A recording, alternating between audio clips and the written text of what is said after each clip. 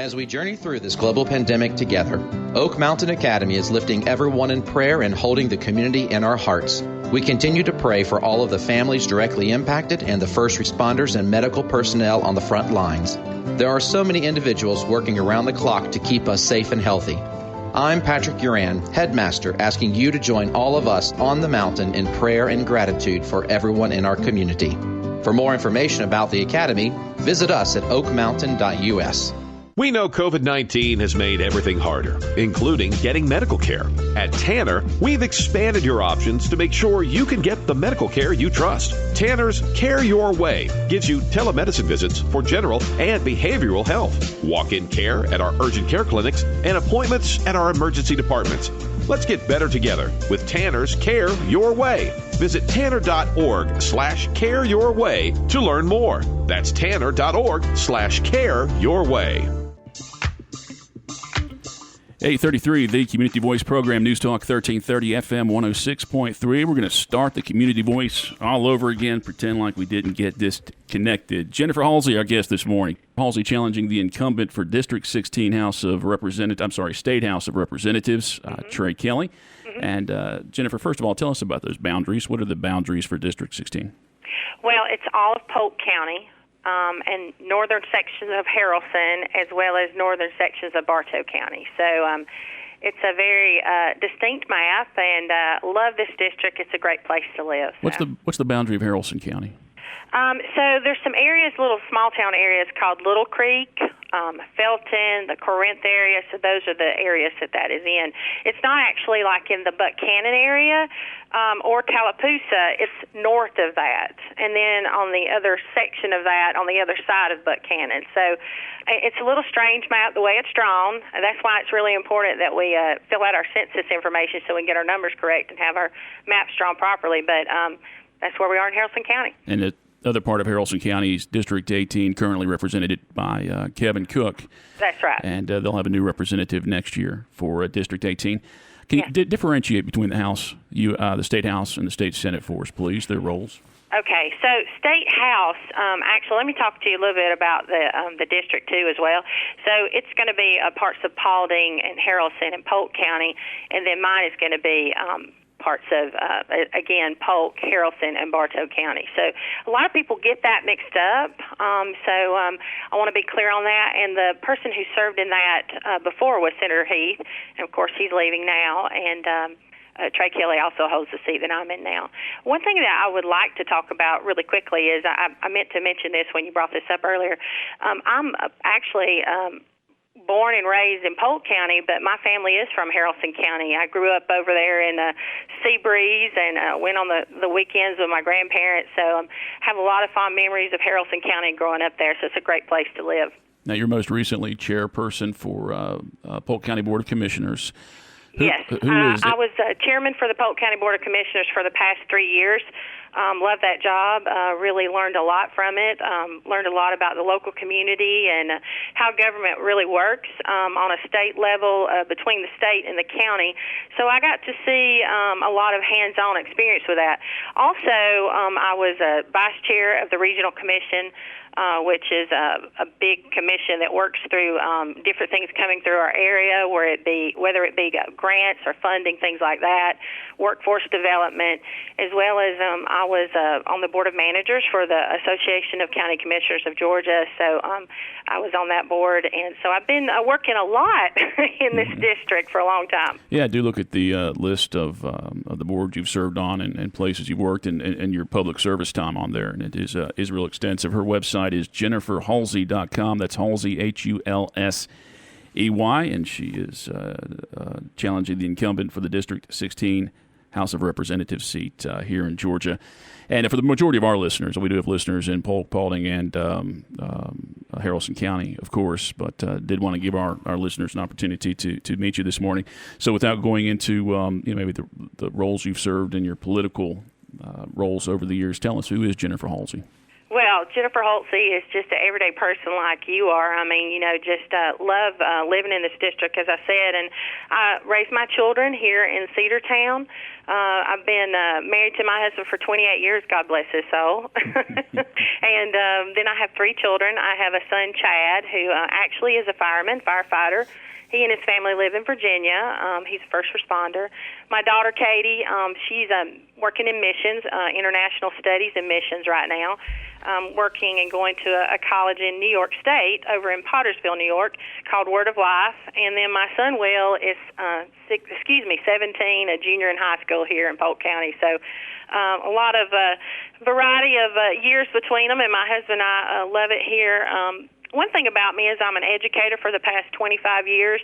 I taught middle school for that length of time, and love teaching, love learning about kids and learning about how to help them and work with them. Also, I got started in politics really probably around 2009, and I really started getting really concerned about what was going on with our health care. I was really worried about Obamacare. A lot of people may not know this, but I was part of the March on D.C., March on Washington, where we held the big rally up there. And even a funny story, Vice President Pence was one of our speakers there. And at that time, I didn't know a lot about politics, honestly. Now, I grew up, don't get me wrong, I grew up being very observant. My parents made me observant of what was going on in my community and what's going on in the political world. But I really did not know a lot about our representatives, and our vice president at that time was on the House of Representatives, and he came up as a speaker to speak at the rally, and I actually stopped him and asked him to stop and tell me his name. So that's a funny story. I laugh about it. He was with his daughter, but I'm just everyday person like you, and I got really concerned about that. Excuse me. So I started working on those things with health care and trying to stop Obamacare. Did the Hold the Line rally in Washington as well, trying to see if those Democrats were going to stop trying to take over our rights and mandate our health care, which, as we all know, in the end they were able to do that. I also, with my work through health care, received the Shining Scalpel Award from AAPS. And that's an organization that actually is with physicians, and I was proud to receive that award. I believe over the 60 years that they've been around, that I was one of 2 who've received that award that aren't physicians. So my work, I think, speaks for itself with that. I've been concerned about taxes and the spending that's going on for a very long time. Worked with Jim Martin, who was 60 plus. He's a good friend of mine. Worked with him on the Spending Revolt tour, trying to stop overspending during that time. So all across the years, whether I'm at work, working as a teacher, or in my spare time, which I laugh and say, try to keep up with what's going on and working for those who can't work for themselves or fight for themselves. Been a real big advocate for people and their rights. And I'm not really afraid to speak up for what I believe in, as well as on a national level. I've been very involved in my community, as you spoke about. Been on the board of Our House, the Battered Women's Shelter, the Little League, Junior Service League.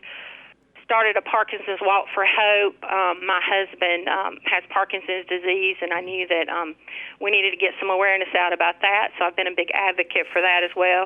Was the first woman president for the Exchange Club here, proud of that. So I've been working hard in our community, and I just felt like, a lot of times I talk to people, and we're working on a lot of the same things, but we're not actually working together. So that really got me involved with the Republican Party, and I became the vice chairman of the Republican Party, the chairman of the Young Republicans, and working my way through that, which eventually got me really involved in politics, and I won my election in 2015 as the county commissioner, and eventually became the chairman in 2017. Time right now is 8:42. Our guest is Jennifer Hulsey. She is challenging the incumbent for the District 16 State House of Representatives seat. That's Trey Kelly. He's been in office since 2000. I believe he won the election in 2012. And actually on that ballot in 2012 was the name Jennifer Hulsey as well in the primary election. So that's an 8-year period. What's going to be different about this year? What is different about this year as you approach this campaign? Well, I tell you what's different. As I just talked about with my experience as a county commissioner, I've really been able, I'm so thankful that I was able to work on the local level and see a lot of the issues that are going on. And I've really become very concerned about the disconnect that I see between the state and local level. A lot of times I think that our counties and our local area are ignored, maybe not intentionally, I don't know for what reason, I can't speak for that, but what I do know is when I talk to people every day, they're telling me, they're concerned about a lot of things, just like the drug issue and things that are going on in our local communities, and they don't really see any resolution. So I really believe that we need to have more communication and we need to know more about what's going on in our local communities, and I think I can make that difference. One of the things that I'm really proud of that I was able to do to bridge that gap, I believe, is by signing the 2A resolution. We actually signed it in Polk County on February the 4th, and I believe Haralson County signed it on the same day that we did, later on that day. We were the 9th county in the state to do that, and I was proud to do that.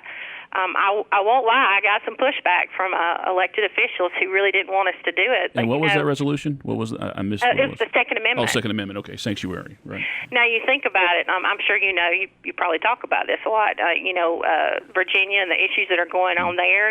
People are concerned about their Second Amendment rights, and I work with the sheriff here and local authorities, and I felt really important that it was very important that we make sure that that resolution passed, because I think that when we talk about being a conservative, when we talk about standing up for what those voters are voting for us to do, I think the Second Amendment, I hear it over and over again. I know in Haralson County I hear it a lot as well. We've got to stand up for those rights. And even though we know that the Constitution protects us, if you look at Virginia right now, I mean, it's scary. They're trying to supersede some of those rights. They're not accomplishing it yet, but they're trying to. So I think it's important that the officials that are there representing the community are standing up for that. I'm proud to do that, and I was proud to sign that resolution. I grew up with guns around me all my life, taught how to shoot a gun, raised my family around guns. I think guns are a great thing. We have that right, and we should have that right. My husband's a big hunter. My dad was a big hunter. So I just feel like that was something I'm very proud of that we could do here in our community, and I was able to sign that resolution. You talked about a campaign that you were involved that had to do with fighting overspending. Mm-hmm. This year's budget is going to be a tough one for legislators to deal with. And by all accounts, legislators I speak with locally, they say next year is going to be a tough one as well. Absolutely. Where is that overspending?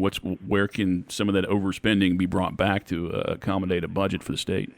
Well, with COVID-19, sadly, we're in a place right now where we've never really been. I mean, not in my lifetime, where we've had to deal with an issue like a pandemic like this. So what I will say is I think what we've got to do, just like what I did with the county, of course, we have to balance a budget in the state of Georgia, and in our county we have to balance a budget. And I think we're just going to have to go across the board and look at what, everything is going to have to be cut. There's not going to be anybody that's going to be safe, I guess is the best way to say that, because, I am not for raising taxes. I just think that is the wrong thing to do. I don't think at this time people can afford that, and I'm very concerned that I agree with you. I'm hearing that across the board from different lawmakers that is a high possibility, and I'm just not for that. I'm not going to vote for raising taxes. And, it concerns me because my opponent has done that, especially this year with House Bill 276, where he was a co-sponsor, and he voted to raise our taxes. It actually went in effect on April Fool's Day. That had to do with the Uber rideshare, Airbnb, and Internet tax. And my opponent also signed a pledge. He signed a pledge with Americans for Tax Reform that he would never raise taxes. I've signed that pledge, and I can pledge to the people of this community and this district that regardless of what the issues are, I am not going to raise their taxes. I'm going to vote no on it. Now, I might be outvoted, but I'm going to vote no. And I think that it's really important that we talk to the people in our community and we let them know what we're doing and we listen to their concerns. And I think this is one of the biggest concerns I hear every single day. Jennifer Hulsey, our guest on this morning's Community Voice program. She is challenging the incumbent for the Georgia House of Representatives seat for the district of district number 16. Before we do take our break here, Jennifer, how are you campaigning during the epidemic when we're during the period when we were supposed to be sheltering in place? Oh my goodness, isn't that a challenge? I was laughing, telling my children the other day. I said, your mom decided to run during a pandemic. I'm calling people. I'm talking to people. I'm reaching out via email, over the phone. Trying to get information to them, mail outs, all those things. But yes, people want to talk to you in person. So it's been quite a challenge for me. But I feel like that I'm meeting that challenge and talking with people. And I have a team that's working with me, working hard every single day. And I'm feeling good about this election and feeling good about the responses that I'm getting from the community and the district.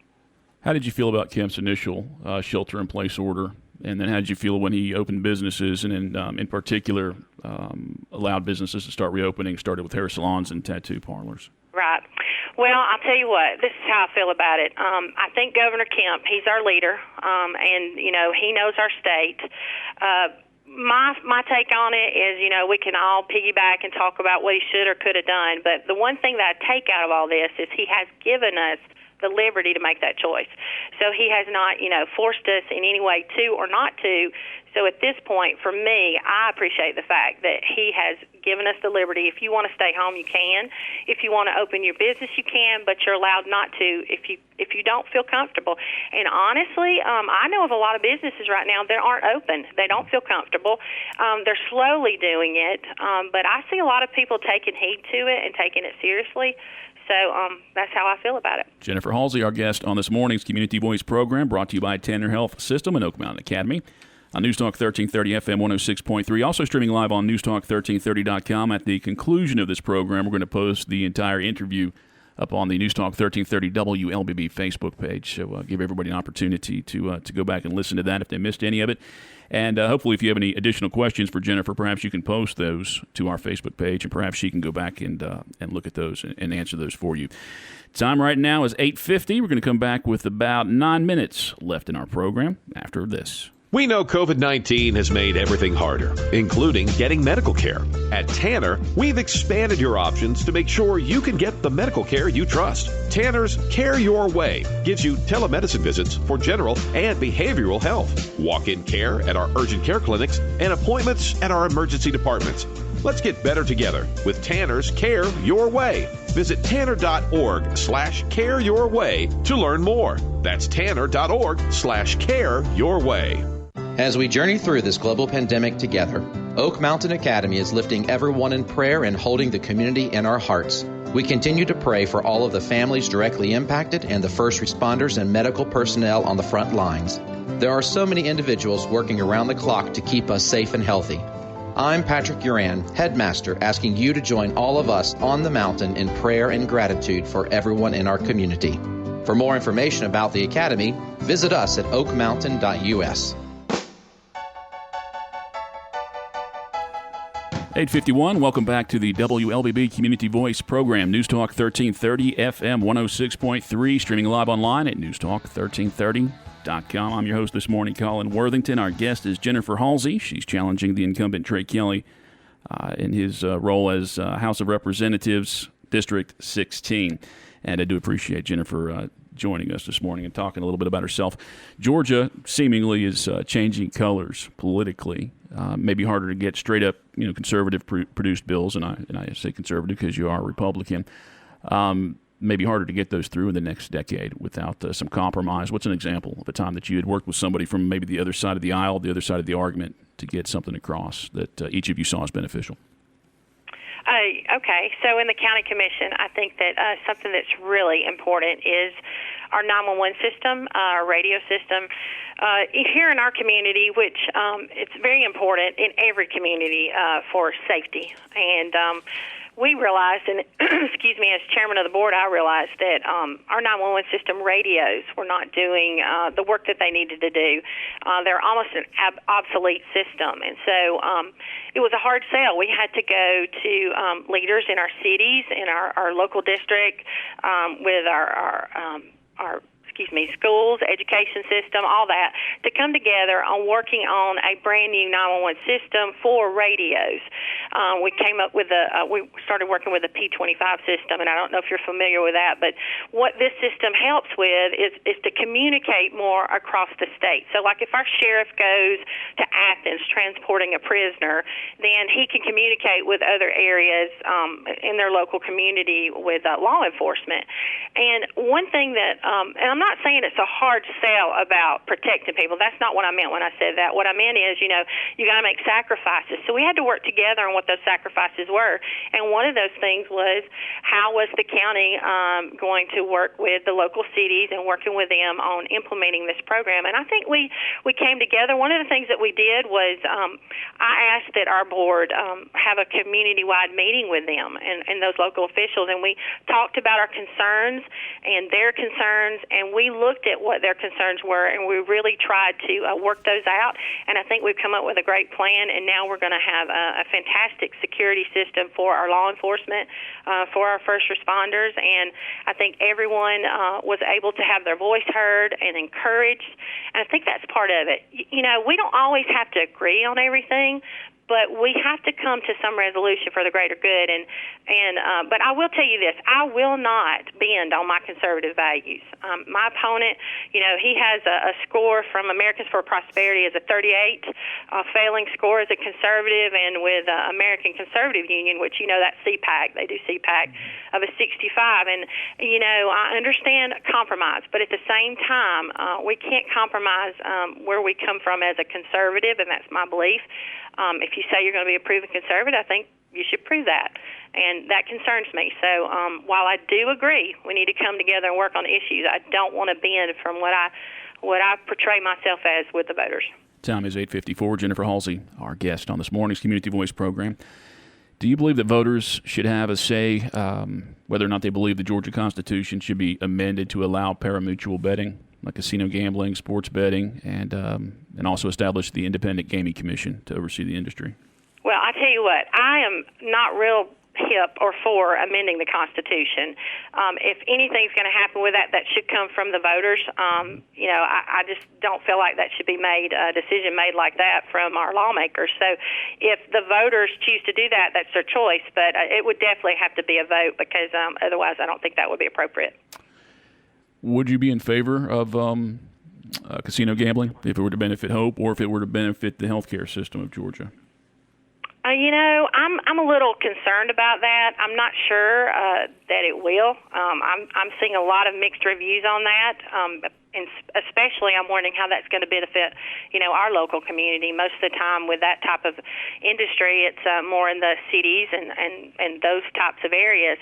Just like with broadband. We have a huge issue here with broadband, and a lot of times what they focus most on is those city metropolitan areas and the needs over here in the local communities like Haralson County, who we have a tremendous issue on broadband. Then there's limitations put on those who can, like the EMC companies, when they're trying to do that, they put limitations on them. So I think that we need to be really careful with that. Right now, I'm not seeing the total benefit of that. So right now, it would be a no. And I'm really concerned about involving that in our local communities. Are there any bills in legislation right now or have been presented that you see would benefit Haralson County as far as broadband? I think that with this, with the pandemic and students not at school, it definitely shows a greater need for it, if we didn't already know the need was there. But, how do we fix that for Haralson County in particular? Well, I tell you, I think there are some broadband bills coming through the pike, and I know last year there was a broadband bill where EMC companies, as I discussed, were able to actually use and provide is the best word to use, broadband.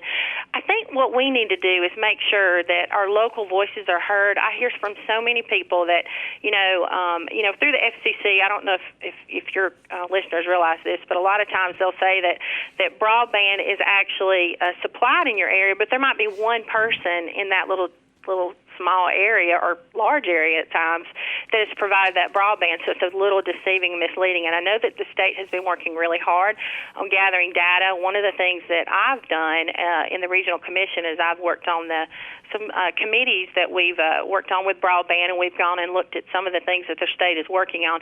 I think my key for all this is we need to make sure that we're not giving all that benefit to those metropolitan areas and not forget about it. Because, a lot of times when people say, and people laugh at me when I talk about this, but when you say fast-speed internet, a lot of people in the Haralson County don't have fast-speed internet. And I know that they've been working on that with other companies, and there has been some improvements, but we still have a long way to go. So I'm really concerned, and I would like to see that some of these people in Haralson County who are really concerned about it, I'd love to talk with them.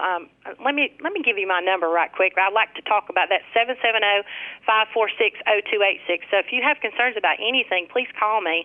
But I think that I'm not sure, again, that we've really addressed that with the local community, so I'd like to see more input from that. Jennifer Hulsey wants to be the next representative for District 16 in the Georgia House of Representatives. She's our guest this morning. Going to challenge your time management here. You've got 1 minute as a whole. Differentiate yourself from the candidate. And again, why should somebody pick you as the next representative, District 16?